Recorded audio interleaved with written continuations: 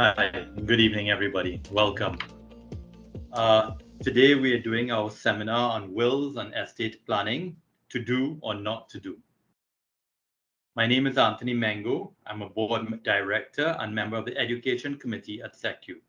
I'd like to take this opportunity to also welcome the other members of the Education Committee, members of the board, and management and staff.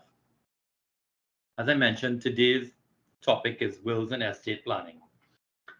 And to boil it down, is when a loved one dies without leaving instructions, that leads to family members being left confused, not knowing what they have, what they don't have, and can also lead to some sort of infighting within the family.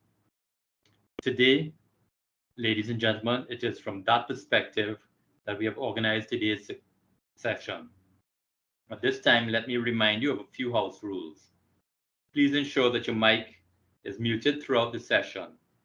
If any questions come to mind during the session, you can place it in the chat box and we will respond during the question and answer segment at the end. This webinar will last an hour and it will be recorded and uploaded in the library section of SECU's website. Our presenter today is Shalini Ramcharan Maharaj, one of our own members. Let me give you a little info about her. Shalini is a qualified attorney at law with more than 12 years experience in the legal field. She received her Bachelor of Laws with honors from Holborn College and her postgraduate diploma in legal practice from the College of Law in UK. Shalini believes in continuing professional development and education. She has also obtained post-qualifications from the UK in e-commerce and telecommunications, business management and administration, and is professionally accredited as a corporate secretary and certified mediator, civil non-family. Shalini has also pursued courses in corporate strategy and finance, people and change, and is a certified PROS CI change manager. Shalini is currently the Chief Counsel of Transactions and Corporate Affairs for the Massey Group of Companies and the Assistant Corporate Secretary of Massey Holdings Limited. She has a diverse background in legal practice, governance, and regulatory practice, and is a champion for business integrity. Let us listen attentively, let us engage, ask questions, and get things clarified with Shalini. Shalini, over to you.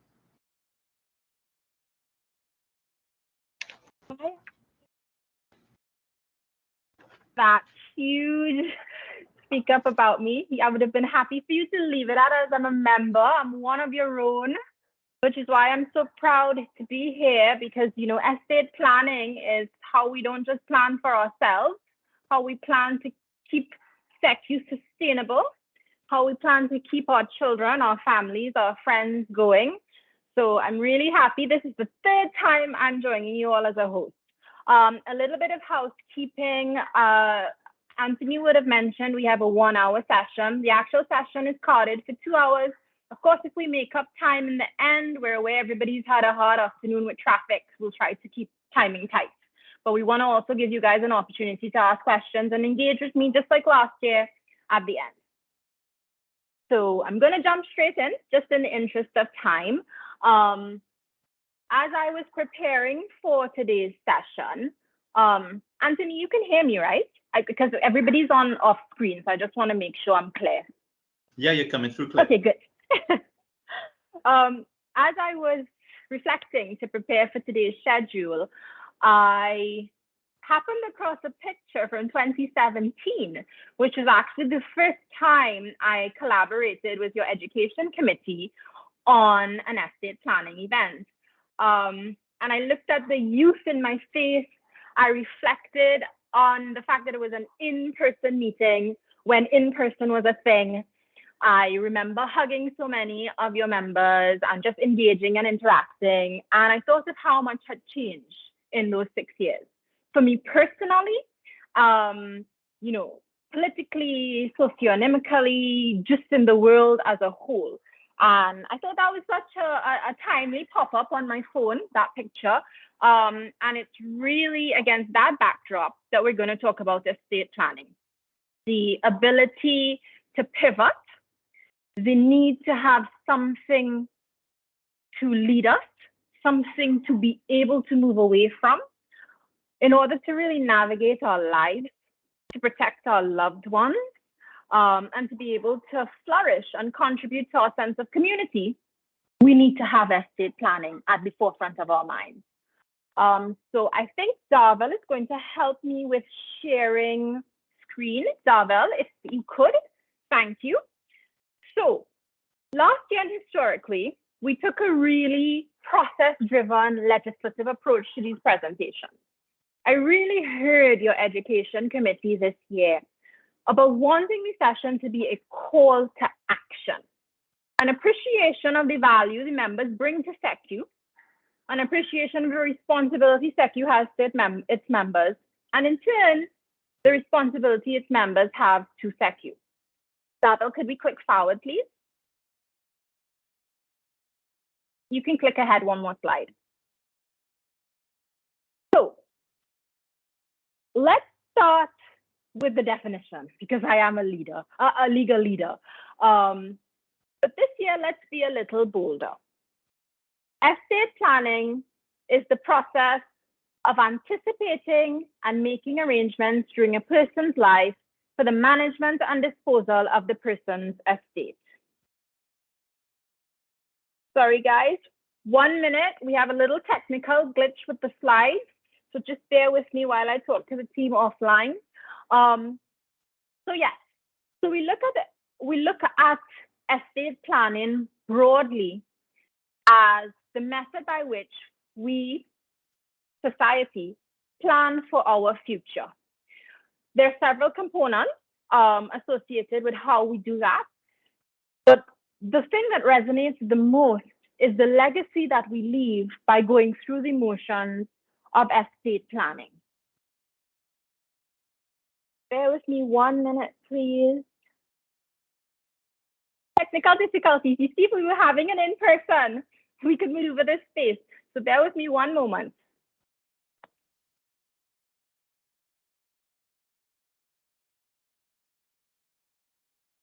Anyway, as they correct these slides, I will keep talking us through. So what I want to get your minds to break you out of is historically we've had a fear associated with estate planning.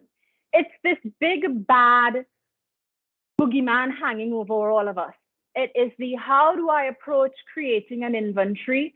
How do I approach writing a will? How do I approach having a conversation with my family? Do I need a lawyer? Do I need to go to a doctor to get a certification that I'm of sound mind and that I should be able to make a will? How do I maneuver a space where my family members, my spouse, my siblings, or my children, in my absence, may wish to dispute the legacy that I wish to leave? What I really want us as a group to start thinking of estate planning as is financial succession, charitable, medical, disability, legacy, and gift planning. Let's be bold and let's recognize that we've moved away from archaic definition. We're now living in a real world, and what we want to bring to our financial literacy and how we guide our lives is real-time estate planning. That's going to be our legacy. And the legacy is not just what you leave, it's what you live. And we want to live well. So, in creating your will, oh, Darvel, can you click forward, please?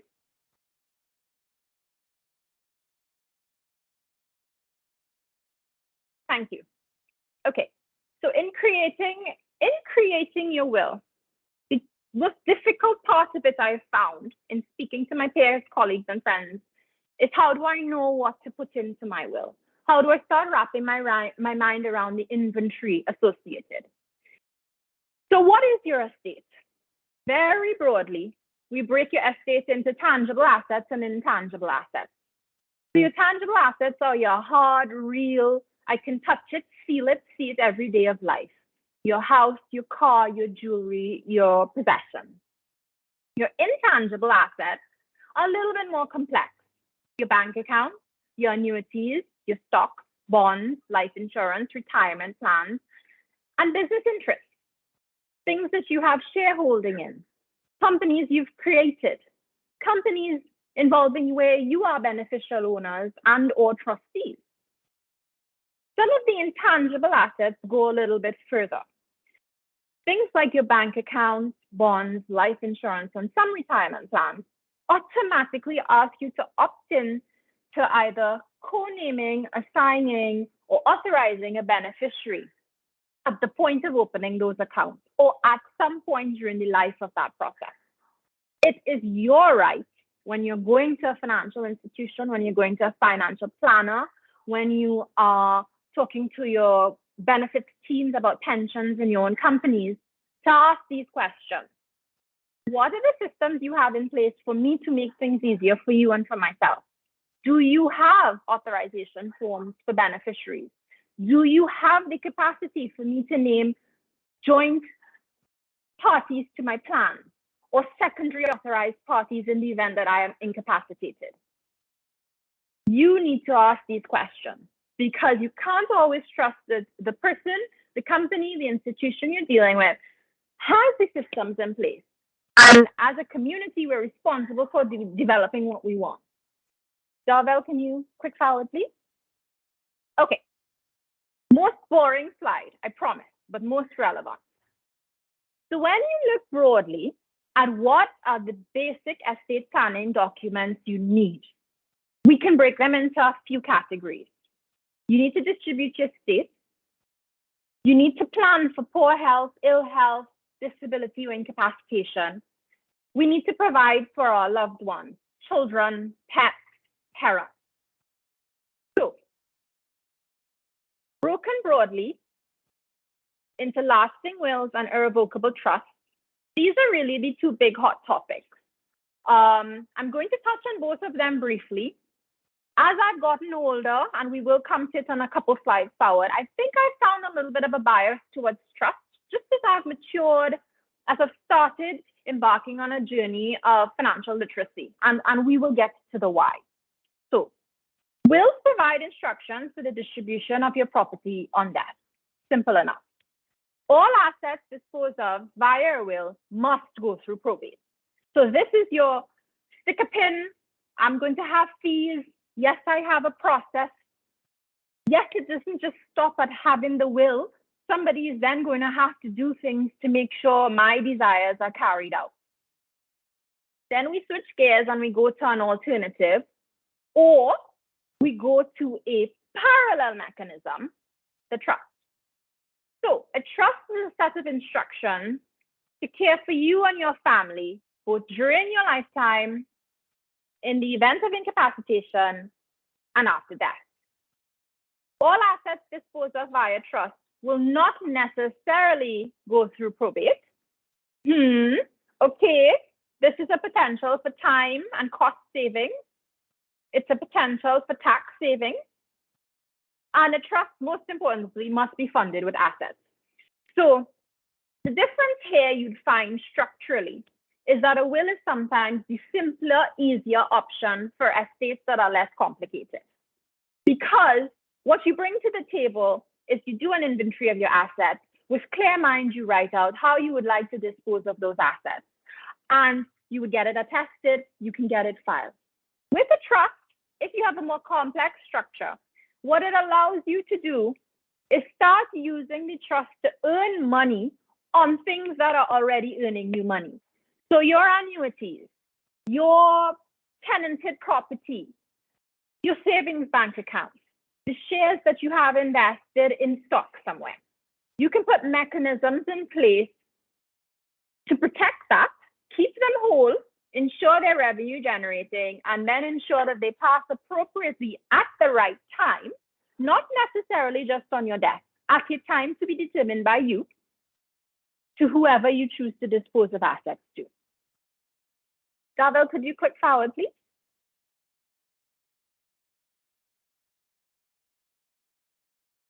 Okay. So, wills. Now, again, my presentation in October October 2022 would have gone more into the process and the definitions, etc. So as a reflection, if necessary, I believe these presentations are still on SecU's e-platform. So you can go back and have a look if you wish, if you feel that you don't want to go to a lawyer. This is really just high level we're talking through now. So will. The person making the will is a testator. Most important point, you have to have the legal and mental capacity to make a will.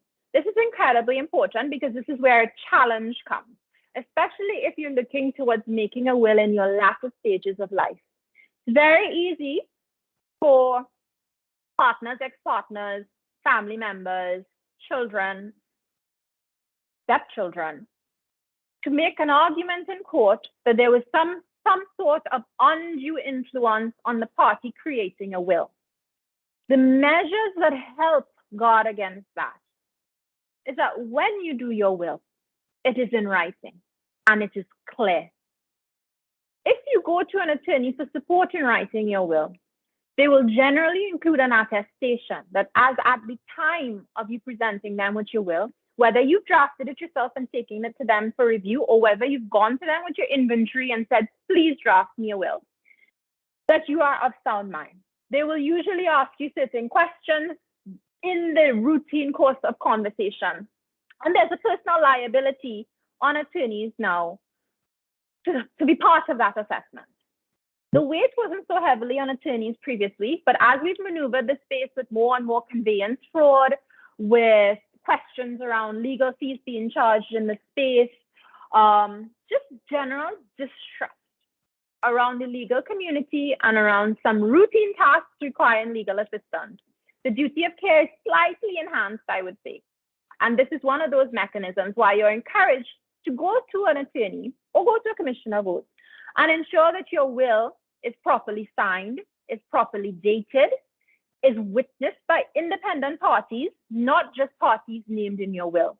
Because in the event of a dispute, it is these mitigating factors, these independent third parties, that will help protect the integrity of your wishes. Legislation doesn't require your will to be registered in Trinidad and Tobago. You can lodge it for safety, though, at the probate registry. You are encouraged to keep multiple copies. Multiple original copies are not really encouraged. You can have 2 originals if you lodge one directly with your attorney so that it is safely kept to prevent fraud. But it is important that the parties who are named in your will, at least your beneficiary, is aware that you have a will, they have been named, and where you can find it. Do not forget your will and update it when necessary. So things happen in life. If you forget your will, life will run past and you will get to a stage where some of the things you bequeath are simply no longer necessary. A couple of weeks ago, I had the benefit of attending TEDx Port of Spain, and I listened to some wonderful speeches from some powerful women. There was Trisha Kissoon talking about her journey from humble beginnings into her role as a CEO, touching on life moments for her, the loss of her mom, her struggle with IVF, and coming to peace with the fact that it just wasn't part of her journey to have children. I heard from Rachel Rennie, a young entrepreneur from Market Movers, who started telling her story of doing a fanciful degree that didn't serve her, but she's ended up in the space of a love of agriculture and of farmers, and she's gotten into local produce. I heard from people in the energy space. One person resonated. Her name was Giselle Carr, much more of a mature presenter, speaking about climate change. I drew a reference to these conversations because I'm always thinking of my SecU members. As I sat there and listened to them, what resonated with me was the ability to pivot. Each of these women spoke of a pattern, spoke of a life change, or spoke of a change in direction that they wouldn't otherwise have known of. In Trisha's case, it could have been that she needed to make amendments to her will on the death of a loved one, or as her life path changed and a move away from, at this time, starting a family with a child of her own. In the case of Rachel, she could decide that she needs to bequeath some of her estate towards farmers, a space that she's so passionate about. And for Giselle, it could be very well that there's a cause that she's very mindful of now, and in 10 years, her mind changed.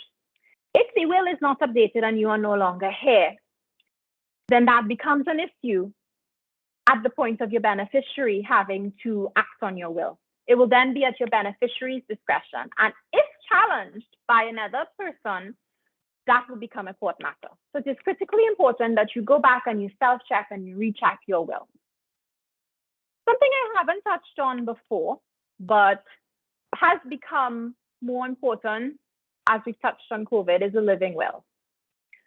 This is an expression of your wishes regarding end-of-life care.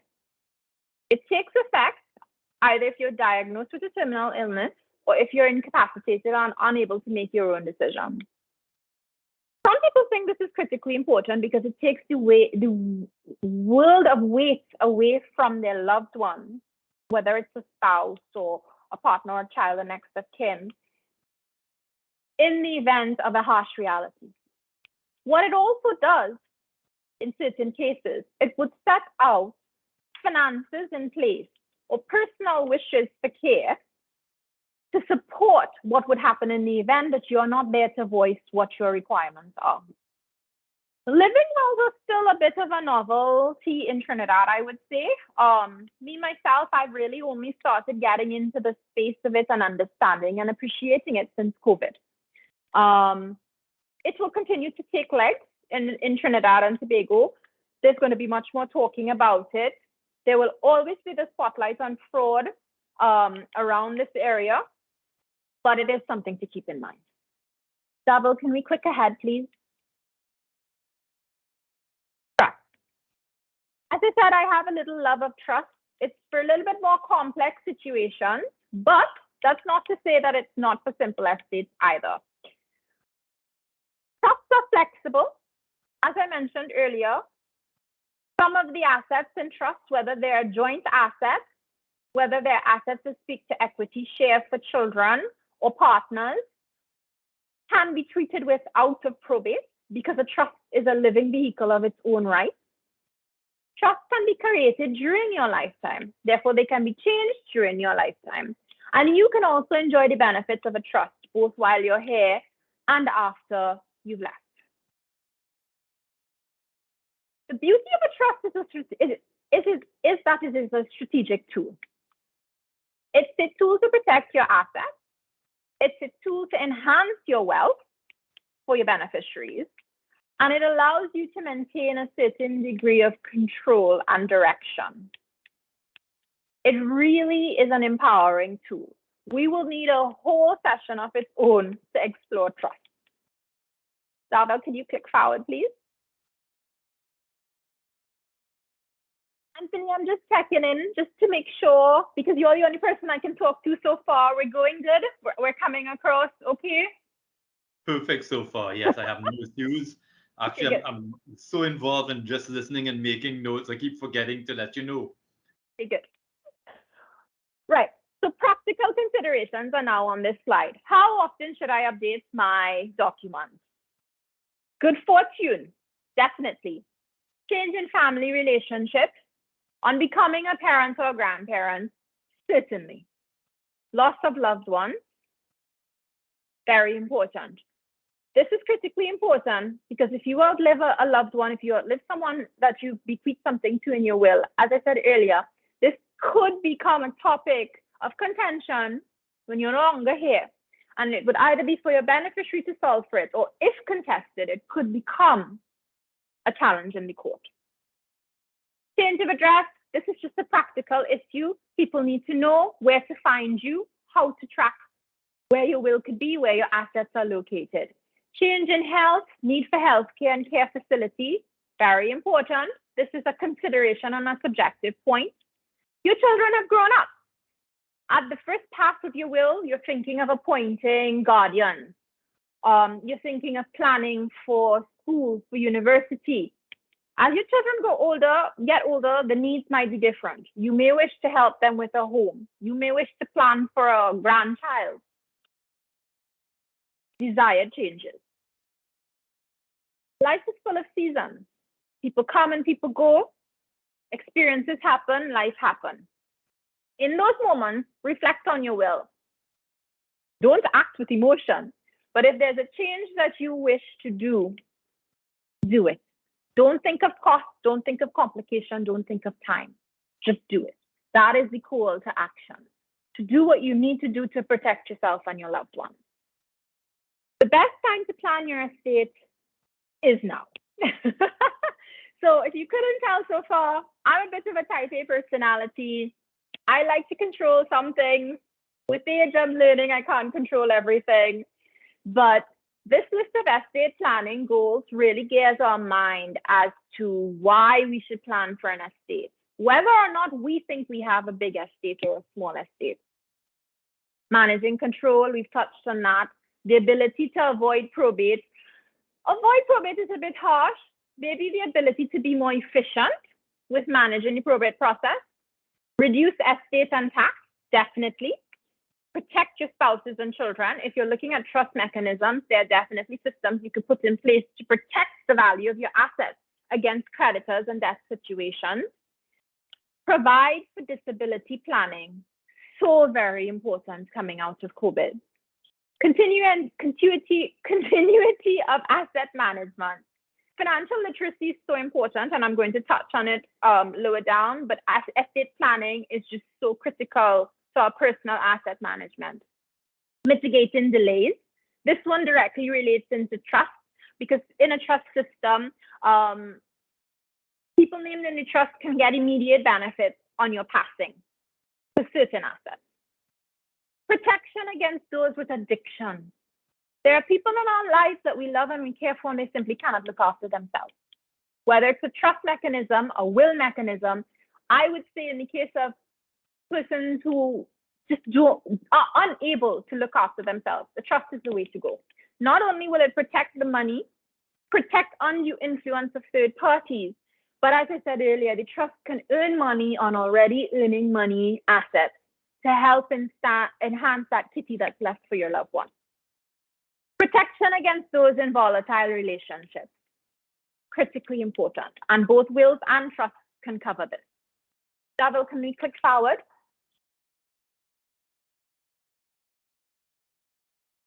Okay, a little bit of a light slide, because today we are the wills, the do's and the don'ts.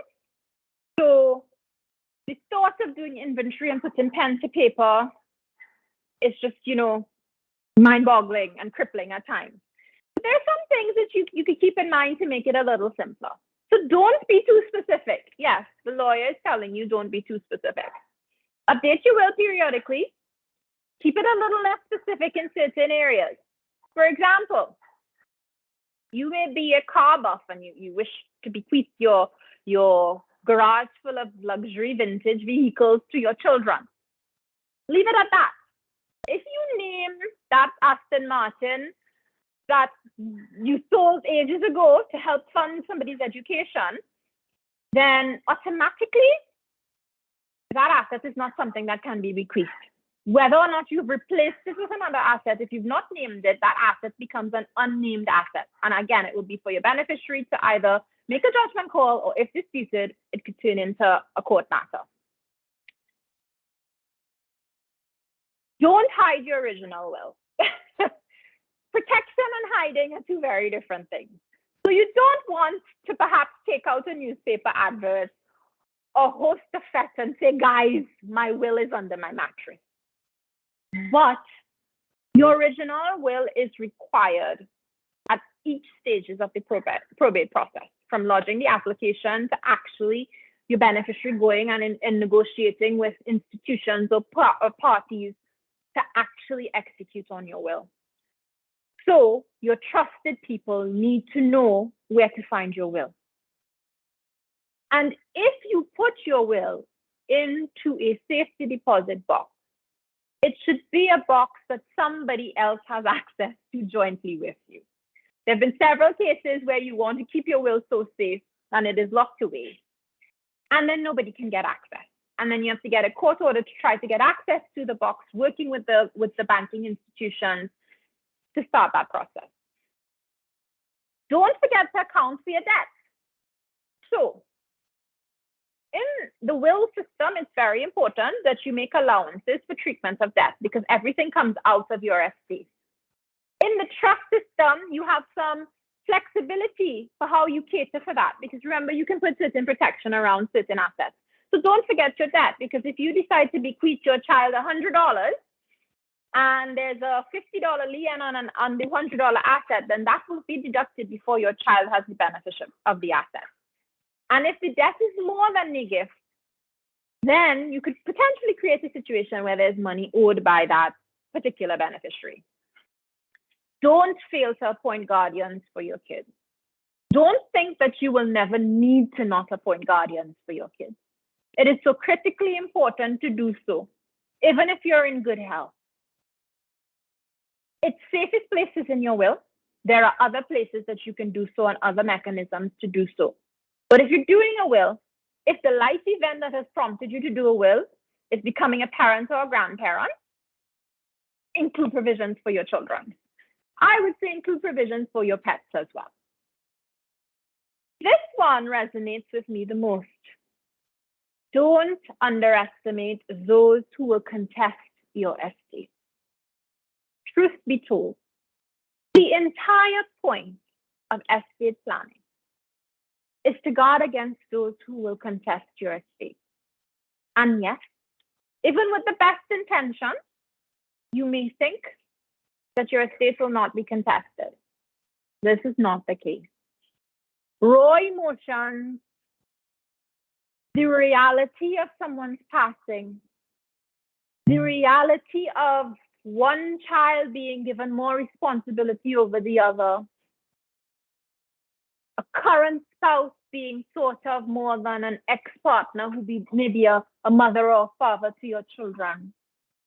These are all emotional triggers that cause people to react in a way that even they are unaware of. So do not underestimate those who will contest your estate. That is why it is important to write it down. That is why it's important to write everything down, to get it signed before an independent person and to make sure it's kept safely. Can we quick forward, please, Darvel? I'll make up time, everyone. I know we're going a little bit behind. So now we get to the other side of estate planning. We get to the procrastination. Who should not have an estate? Everyone needs to have an estate. I am worthy. I am valuable. Me, myself, and I, all three of me. I do not need to have a big bank account, a pretty house, a fancy education, an amazing job to think I should have an estate. I simply need to value myself, and that's enough. When we look at intestacy, though, unfortunately, I couldn't be bold with the definition of intestacy. It's so archaic and drab that it is what it is. If you pass without a will, there is a legislative formula, and I'm going to use the big word. There's a legislative formula for distributing your assets. That's called the rules of intestacy. What that means is your loved ones may not get everything automatically. The loved ones you wish to get certain things simply may not get those. A legal personal representative of the deceased must distribute the estate according to the rules and in keeping with the application for the letters of administration. I'll refer you once again to the October 2022 presentation. I went into a little bit more detail about how you go about applying, who should apply, etc. Remember, today is the call for action. This is the high level. We want to get you interested. Point 3 on here is very important. As important as your beneficiaries, because if you've done a will, your LPR and your beneficiary should pretty much mesh and be the same. But it involves trust. It involves transparency. It involves independence. It involves strength, time, capacity, and capability. Let me say that again. Trust, transparency, independence, strength, capacity, and capability. It is a huge responsibility. It's a huge responsibility to appoint a beneficiary But if you're doing it right, you would have had a conversation with those persons before. If you've not done it right and you find yourself in this situation, then it is a hell of a lot of responsibility for somebody who loves you, who may already be grieving and trying to navigate that space. If an executor or LPR refuses the role, the law provides procedures for beneficiaries to assume the role. This will take time and cost money. Zabel, can we click ahead? Okay, I'm quickly going to go through these next two slides. This really just speaks to the archaic principles of intestacy and why we need to pivot and stay relevant and stay up to date. So married or in a civil relationship, a recognized civil relationship, your partner may have the automatic right to your estate. If you don't have children, your partner will receive everything. Unmarried with children, at 18, they could inherit your entire estate. Think about what happens to your unmarried partner or your ex-partner or your stay-at-home partner. Unmarried with no living estate, their estate passes to the state. It is our responsibility as the people who want to inform our community. It is much better to determine what charitable initiative that you'd like to give to, how you would like to help another human being, as opposed to passing your estate to the state. I'll move on from that point. Zabel, can we click forward?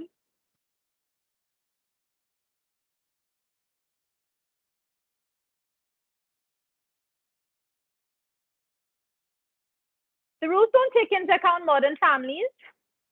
If you live with your partner, but you're not married, if you live with at your parents' homes, that partner could be prejudiced. Same goes for stepchildren. They need to be specifically written into your documents, or they could be overlooked. In fact, they probably will be overlooked if you have biological children of your own. They're not just about, the wills are not just about ensuring that your assets are distributed in the manner of your choosing. They're a place to answer an important range of questions. So, you know, in life, sometimes it's hard to face reality. It's hard to look in the mirror. We laugh about taking the coward's way out. I don't really like this point, but the truth is, the will could be used as a tool to answer some of those questions that you weren't strong enough to address when you were here. Clearly laying out your wishes in a will makes things easier for your loved one.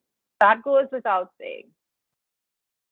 It can also avoid them having to go through a lengthy probate process, which can be time-consuming and expensive, of course, when they're already dealing with the emotional trauma of the situation. Zabel, can we click ahead? I like this slide. This slide is real time. So, the lawyer in me, don't put your faith in the fairness of others. Maybe when we get to Q&A, some of you all could tell me how you feel about this quote. I stole it from somebody. I didn't make it up, so I'm not completely negative, but it resonated. So I want to take a step back. You know, we hope for the best, and we hope that our good work can stand on its own, and people will put their hands up and do the right thing. But what is the right thing? What's the right thing in the moment? What is the circumstance that we are going through as people that change our lens? What is the trauma or the trigger we're carrying in a moment where we may take an action that we did not mean? Don't put your faith in the fairness of others.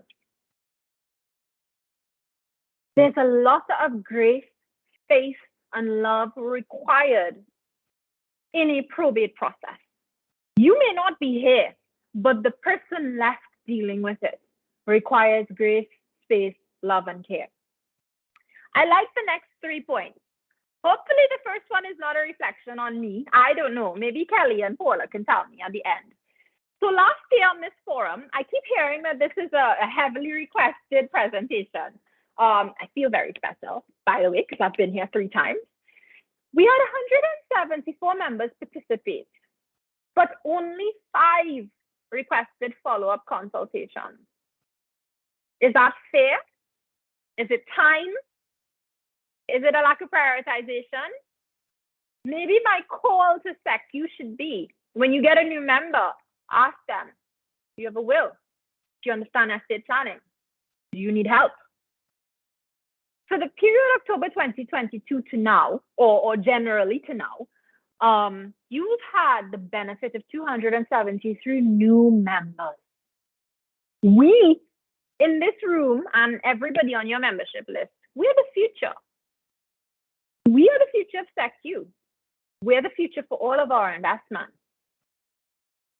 Of the 273, 116 joined through members, so marriage, birth, with the remaining joining through member companies.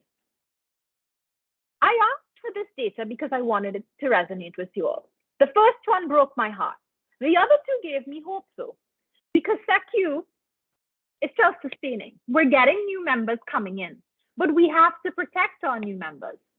If we want that 4% strong dividend or more, because we have had the benefit of that, it is our responsibility to plan who will get our shares, to plan who will benefit from our interest in SecU. It's a responsibility to help SecU know this is the kind of advice we need. And it is SecU's responsibility to keep encouraging us. You know, internationally, there are standards now around ESG, environmental, social, and governance measures.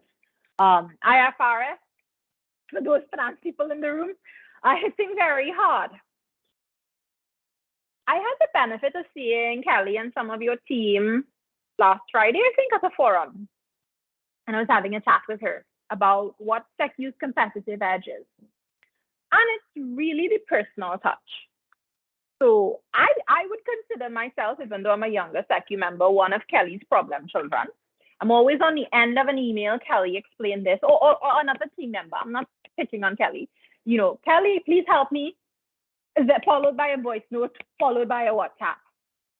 But if that's what I need as a member to give me comfort in what's happening with my money, I've had the benefit of that. Now I asked for it. Don't get me wrong. I'm not just sitting here hoping for the best.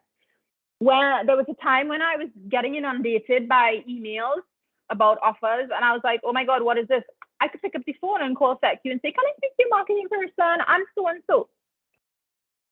The beauty of a credit union, one that's prospering on the funds that we put in, our retirement money, our savings, is that we get to co-create. We benefit from it. So I want this slide and these numbers to resonate. I want this slide to really be the call to action. Forget the legalese before.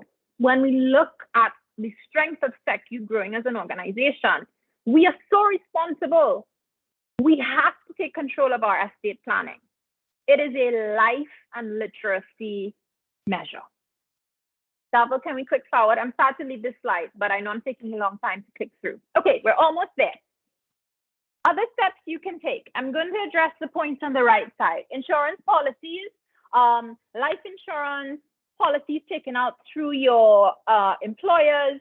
These will ask you to name a beneficiary. The same way you need to self-check and update your will, you need to self-check and update the beneficiaries under your policies, including amounts. Financial literacy and investing. This really speaks to my heart. As a society in Trinidad, we're really slow on financial literacy. When we look at places such as Jamaica and how much of their population trade on the stock exchange, I mean, we're leaps and bounds away. They have programs. In fact, the Jamaica Stock Exchange on Friday launched a literacy program for primary school children to encourage capital market education and investment. Financial literacy and estate planning and investment go hand in hand. It's a way to educate and stimulate our children. It's a way to help be creative around taxes, to maneuver probate processes a little bit easier, to teach children the value of investing and saving, to have them understand in the same way we want them to go to uni or to become self-sustaining in a skill set, in a trade, they need to understand what happens with their money. We've been late and we're playing catch up. That's why I'm having a call to action with so many of you now. But the hope is, as children get to the age of 18, they should already have an appreciation for what estate planning means to them. I remember being unwell and being in the UK. I was 23 years old. I'd had a really rough time in my life. I was on my own and not taking care of myself, and I got really unwell, completely unwell, not wanting to bother my parents and stress them out about, what was going on. And I wrote a will. That was my first will. Yes, I was qualified and I'd been working then for a couple of years. But I was like, I looked back at that will after and I was like, damn girl, you need to be doing something with your money. You're killing yourself here and you don't want to worry your mommy and your daddy. And you need to start figuring things out. 23 was too late. I'm 38 now and it's still too late because I'm still only now learning to maneuver that space. And yes, I am still young, but it needs to be in our DNA.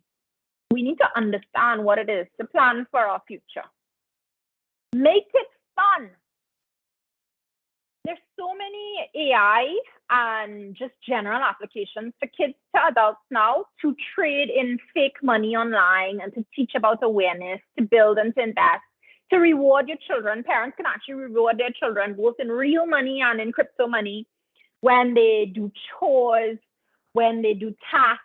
It can actually help. Some platforms allow for children with parental control and assistance to trade on stock market. We need to be educated on that. We can start doing that. Having that equity share with our children from a young age helps us guard against the process of probate at a later stage. Oh, well, I'm a lover of pets. So again, I will say, don't fail to provide for your pet. Very quickly, I'll touch on the other bucket. Allow for flexibility in your investment. We're talking about writing into your wills where your money is. You need to have the flexibility in your investments to pivot, change products, withdraw and redeposit or reinvest in the same way your will should be. The language in your will can be guided by a financial advisor to ensure that it covers within certain measurements, investments and reinvestment. Consider placing others onto your bank account and issuing authorization notices. This may not automatically help you get access to all funds in an account. Certain banks have certain restrictions, but if you're on there as a joint holder or if you're on there as a named party, it will certainly help members along, or family members rather, along, or your named authorized party to get access to certain amounts of money.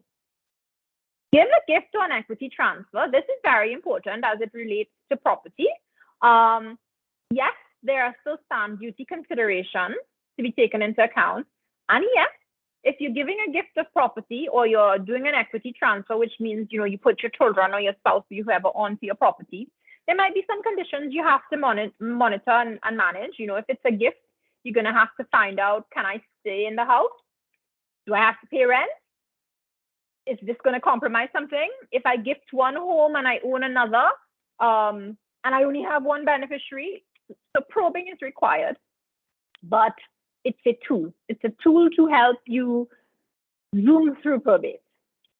Drafting lasting powers of attorney. Of course, powers of attorney can help you while you're still living to manage property affairs, health. Again, you require attorneys to help support in drafting of these documents because they're very important. They can be lasting, which means you do them real time and they expire and or kicking upon your death, or they can be for a fixed period. You're leaving the country, you'll be unwell following surgery, something has happened. I want this in place for 3 years, I want it in place for 5 years, I want it in place until a property is sold. Those options are all available. Darvel, can you click forward, please?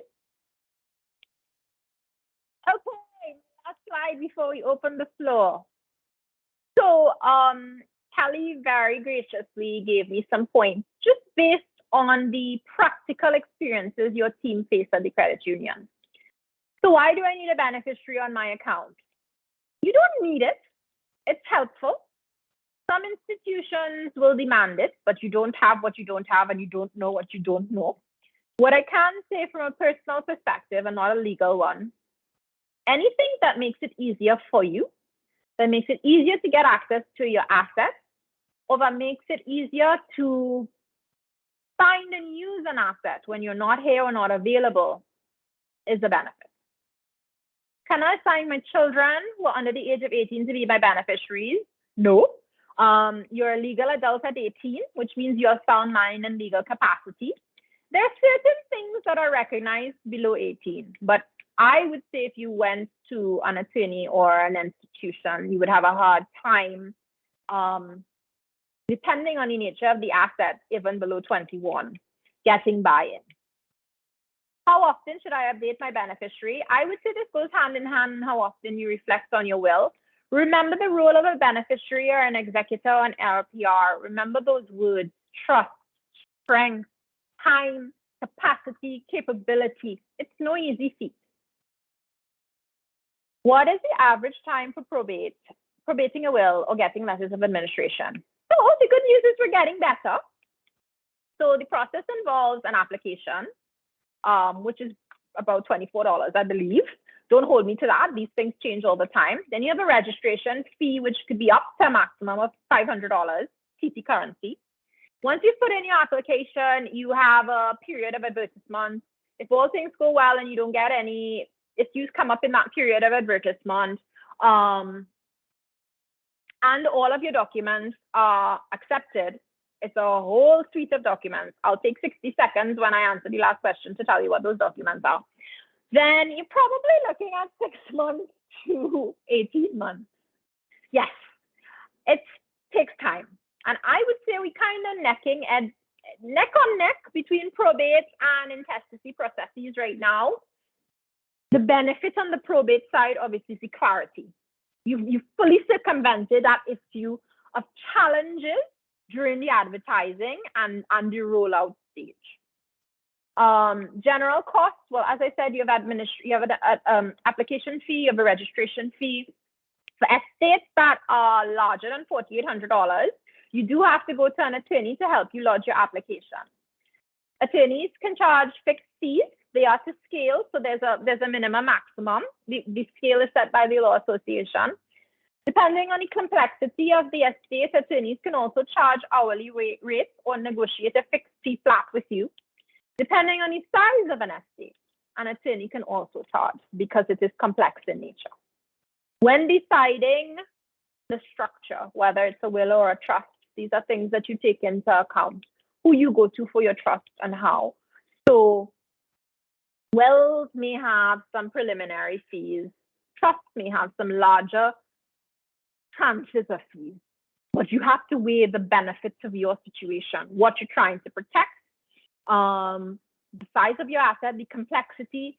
Certainly people who are self-employed or entrepreneurs may wish to consider trust just because it's an extra protection against your business, for your business. Can property be passed on to children during life? Yes. If the child is under 18, though, it'll be in a trust. So children is really 18. I use that word loosely. 18 and above, and that's when we talk about things such as gifts, transfer of equity, which is, naming parties on properties or assets. If you have mortgages on properties or assets, you would either have to repay those or get the consent of your lenders if you intend to either gift or put somebody on. If you intend to transfer a mortgage, then the person you're transferring it to, if your bank agrees, will be assessed as if they were applying for a mortgage and the whole first right and, it was their first pass. I mean, that's just a general principle. Obviously, each financial institution has its own processes in place, but just as a general guide, those are the kinds of situations that you would be facing. And I think that brings me to the end of my formal presentation. Darvel, do I have any more slides? I don't think so. I spoke a lot. Oh my gosh, I like to hear my voice, but I'm not sure if I like to hear it so much. Anthony, this might be a good time for you to come back in. Right, here I am. Actually, that was very good. That was wonderful. You answered a lot of questions that kept popping up in my mind and saying, I wonder if she's going to approach that question, and bam, you would answer. Right now, we would like to open the floor to anybody that has any questions on the questions and answers platform. I've not seen any questions as yet. Right.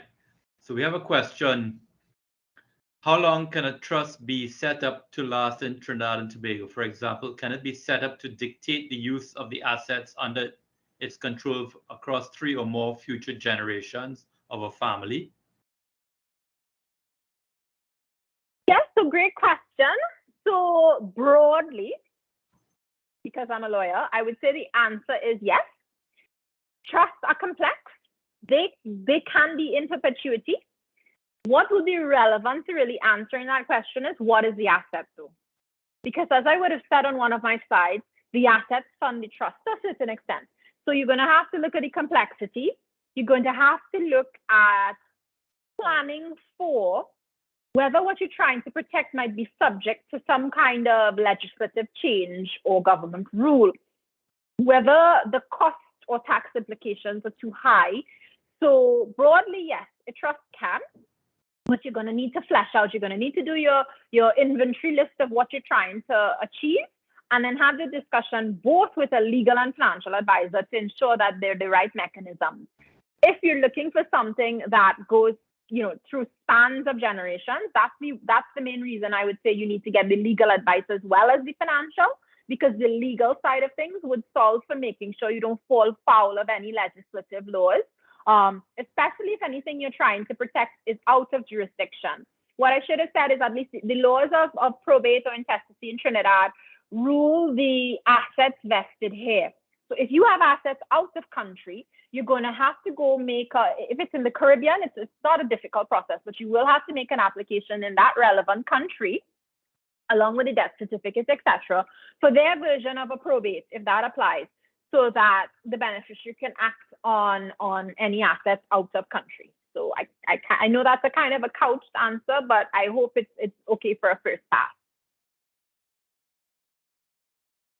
Right. I'm not seeing any other questions popping up now, but I just wanted to ask a couple of my own. How important is a witness to the actual will?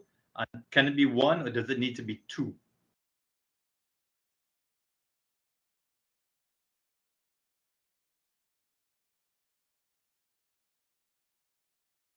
On mute. Right. The witness is very important. There should be two. They protect against discrepancy. In the event of one, there's still a case for someone to claim that there was undue influence. So the recommendation is two. You don't need more than two because then it gets convoluted. There should be independent parties. So often, depending on the nature of the estate or size, an attorney might recommend that your beneficiaries are not your witnesses. Now, this does increase the pool of people that you have to talk to about your assets. But remember, it's about independence and impartiality. If your will is challenged, it is the word of the attorney you signed in front of and those witnesses that will stand the testimony that you have sound mind and that what is written in that will is really your intention. So they are very important. All right, that's good, but you seem to have frozen there, so I'm not sure if. Where did I freeze? No, all your sound is perfect. Oh, okay. Your picture is frozen. Oh, that's okay. As long as it's a pretty picture, I can live with it.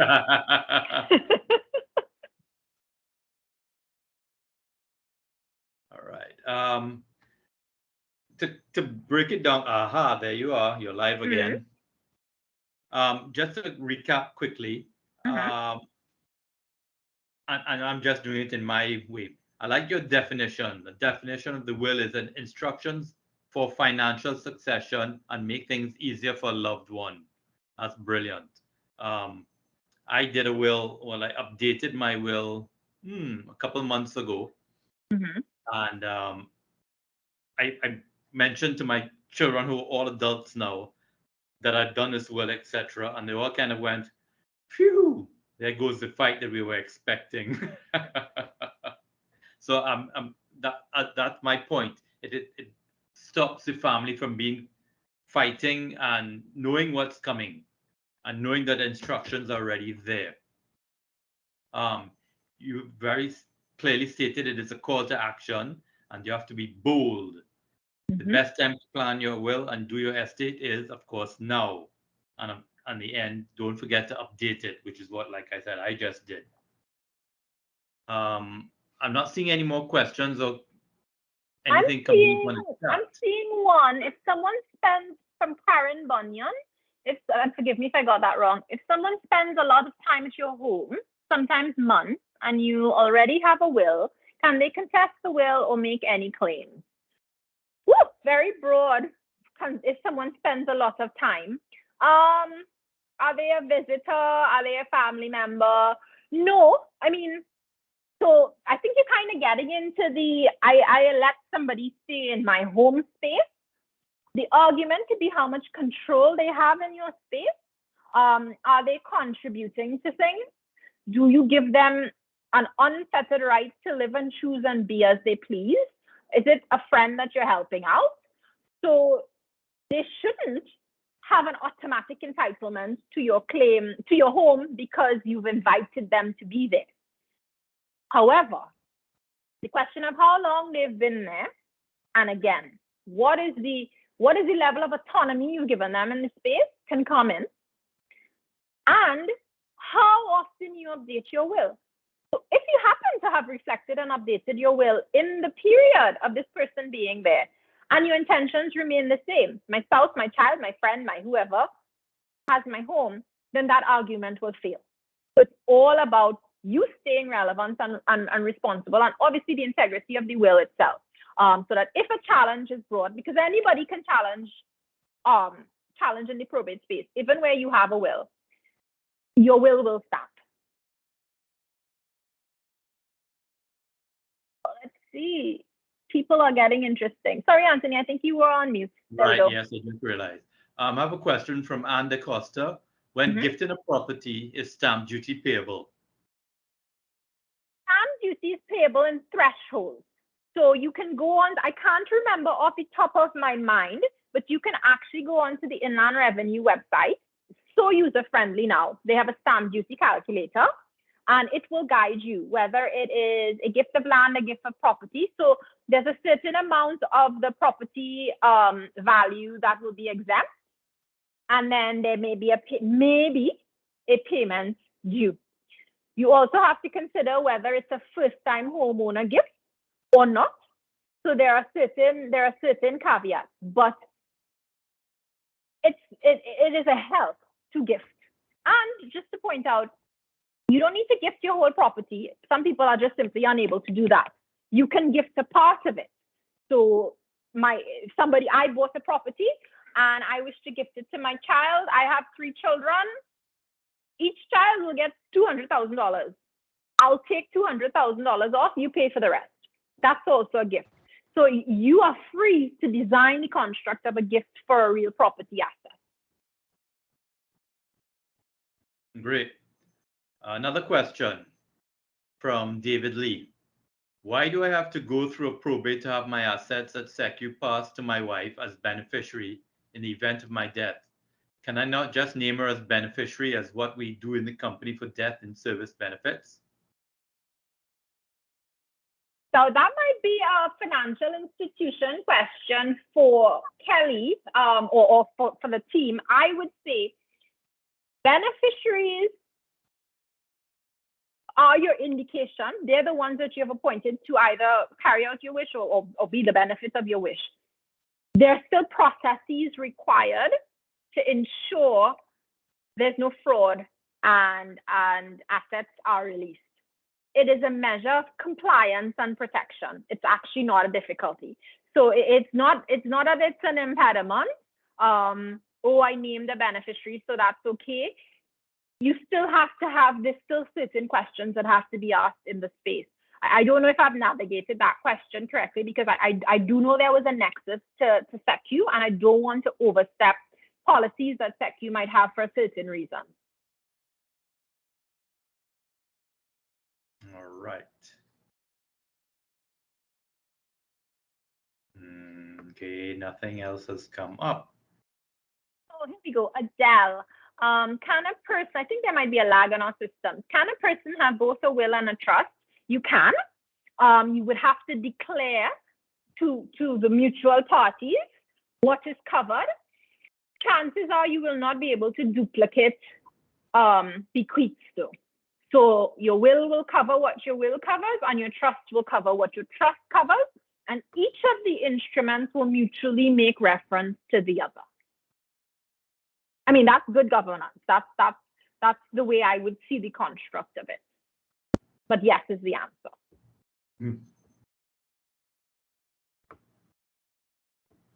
Okay.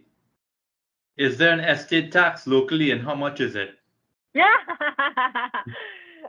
of right now, I don't believe there's estate tax. There was some gossip and some query around inheritance tax and estate or gift taxes in Trinidad and Tobago. Estate tax is like a broad term that's the tax on your right to transfer property at your death. It goes a little bit further than that. So that's a blanket answer. In the legislative black and white answer of it, no. But estate tax is on its own, not a fully recognized term in the Trinidad and Tobago legislation, as far as my practice experience goes. So there are other taxes that may apply based on not just real property assets, any other asset that's being bequeathed. Okay, this is another one talking about beneficiary from Nadine. If a beneficiary is assigned at a financial institution, does this take precedence over what is assigned in a will? Is there a maximum that can be assigned to a beneficiary via a financial institution and the balance that goes forward to your estate? That was two questions in one. Thank you, Nadine. So the first part, I would hope that from a governance point of view, because it should be this way, that if you've named the beneficiary as your financial institution, it is mirrored in your will.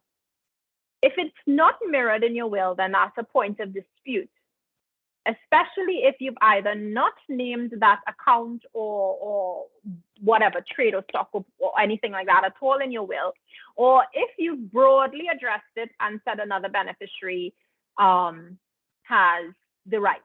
Because what's going to happen is, if your will goes through probate and that is passed, then yes, your will trump. If you feel you have a legitimate, well, if the party who's named at the bank feels they have a legitimate claim and they're not named on the will, then they can contest during that advertisement period and for a window after. And then it becomes a matter of the court. So that is why it is so important to be of sound mind and to have your assets in good order. Is there a maximum that can be assigned to a beneficiary and the balance goes towards the estate? So that's a two-pronged question. With my legal hat, I would say you can, if you're using a will as a vehicle, say what amounts of money where is to go towards your estate. The first part of the question, though, is industry specific, because based on risk appetite and thresholds at various institutions, not just banking institutions, there may very well be caps set at what they are comfortable giving to a beneficiary, whether it is pre-probate or whether it is just a case of, yes, I'll put your name here and I'll hand you over everything. There would be their own internal compliance that addresses that particular query, or there should be. Right. Okay. Another one. Is a will that is not done by a lawyer or does not have an executor legitimate? Yes, but it's not as strong as a will that's properly done. So will not done by a lawyer is subject to those points that we talked about. Were you of sound mind? Is it fraudulent or negligent? Was there undue influence? Now, how properly done a will without a lawyer is also a test, right? You know, I could type up a beautiful document all on my own, have everything in inventory, have copies of all my insurance, a copy of every bank account, first page that supports, So as a package, the package means I was of sound mind and I'm well organized. Then I could have the back of a writing pad or a tissue from a bar that I scribble a little something and I sign on, right? So when you're not following the proper process, it becomes subjective. The subjectivity applies if it's challenged. The issue around the executor, once again, is ensuring your wishes are carried out in a way that's not questioned.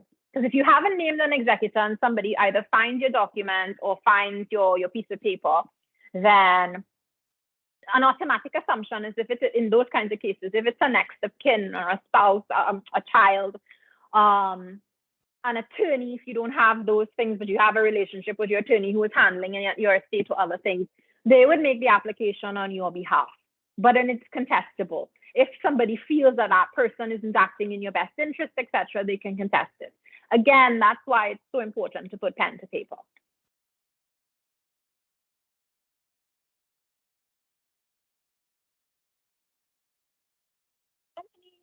Again, oh, your mic is off, rather. I'm sorry, Karen. What qualifications should we be looking for in an attorney qualified to set up a trust? One who is specializing in probate and estate planning. I would not go to Joe Mills, who just does civil practice. I would not necessarily go to somebody who's only doing litigation. I would do my homework. I would ask for recommendations, word of mouth. I would call the law association. Depending on the complexity of your matter, I would go to that person and ask, what's your experience? Can you talk me through it?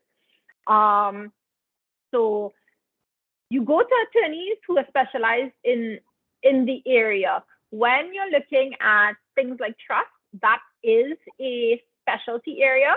So I wouldn't go to somebody who just says they're a conveyancer and say, can you help me with this? That's my personal view, because you would not be getting the best advice. The hope would be my fellow legal professional will only assist you if they are within their capacity to do so. But I think one of my slides said something like, don't trust others to be fair. So yeah, that's what I would say. But things like the law association, word of mouth, asking your own questions, those are all ways to make sure you have trust in an attorney, and go with your gut instinct. If you don't get a good feeling from an attorney or anybody, say thank you very much for your advice and go for a second opinion. Okay. Stanley was asking for shares. Could I have a joint account at Canning? Stanley, right now you can't do a joint account. Everybody has to have a single account. But you can always check back with us if you want to make some changes. Nadine, please explain the difference between tenants in common and joint tenants and how each is processed when a will is probated. Gosh, this is putting on my conveyancing hat. Last week I was telling somebody how much I actually hate conveyance. I don't actually practice in the conveyance space, even though I'm a transaction attorney. But anyway, so easy peasy. Joint tenants are pretty much 50-50. They have all the same rights and benefits.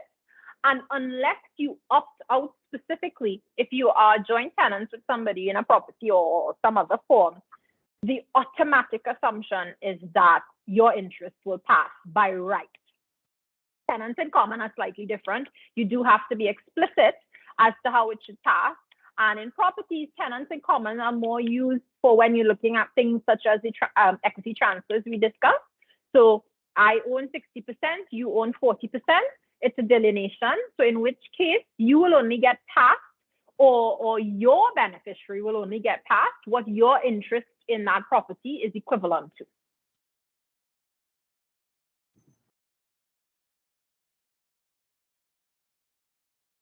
All right. Okay, any other questions? Not seeing anything else on the chat. The questions and answers. I'm not seeing anything there either. I know it's coming up to 7 o'clock and people are taking breaks to go and do their dinner.